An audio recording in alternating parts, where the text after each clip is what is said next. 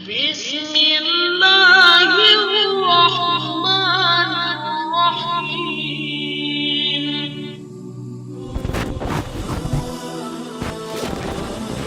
Imam Abu Bakr Muhammad ibn al-Hussein al-Ajuri, 360 Hijri, the character of the bearers of the Quran and its people. Thus, he of majestic remembrance informed that the listener with his ears should be witnessing with his heart what he recites or listens to, so that he may benefit from his recitation of the Quran and from his listening to one reciting it. Moreover, Allah, mighty and majestic, has truly urged His creation to ponder the Quran deeply. Thus, He, mighty and majestic, says, "Do they not then ponder the Quran deeply, or do hearts have locks over them?"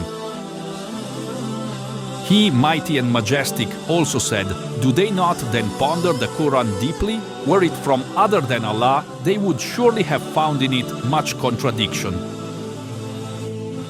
Muhammad ibn al-Husayn said, "Do you not see? May Allah have mercy upon you. Your generous master, how he encourages his creation to ponder his speech deeply. Whoever ponders his speech deeply recognizes the Lord mighty and majestic, recognizes the magnificence of his authority and power, recognizes the magnificence of his grace upon the believers, and recognizes what is due upon him of the obligation of worshipping him. Thus, he imposes upon himself to adhere to the duty, is wary of that which his generous master has warned him against, and desires that which he has encouraged.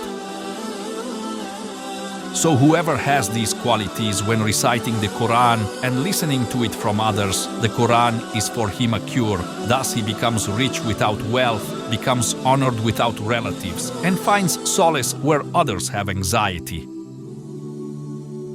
His concern when he begins reciting a surah is, when will I be admonished by what I recite? His objective is not, when will I complete the surah?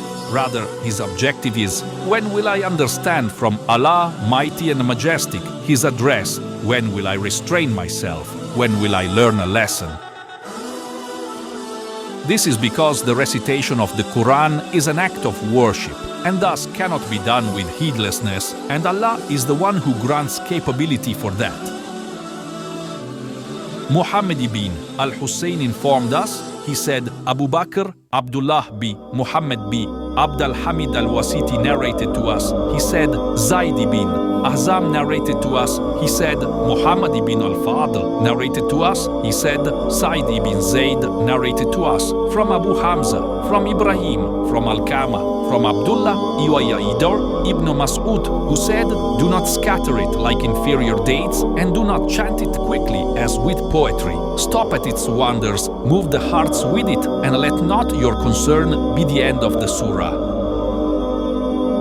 Muhammad ibn al-Husayn informed us. He said, Abu Bakr also narrated too. He said, Al-Hasan ibn Muhammad bin al-Sabbah al-Za'farani narrated to us. He said, Abd al-Wahhab ibn Atta narrated to us. He said, I heard Abu Ubaidah al-Naji say that he heard Al-Hasan al-Basri saying, adhere to the book of Allah, pursue whatever is therein of similitudes, be people of perception regarding it.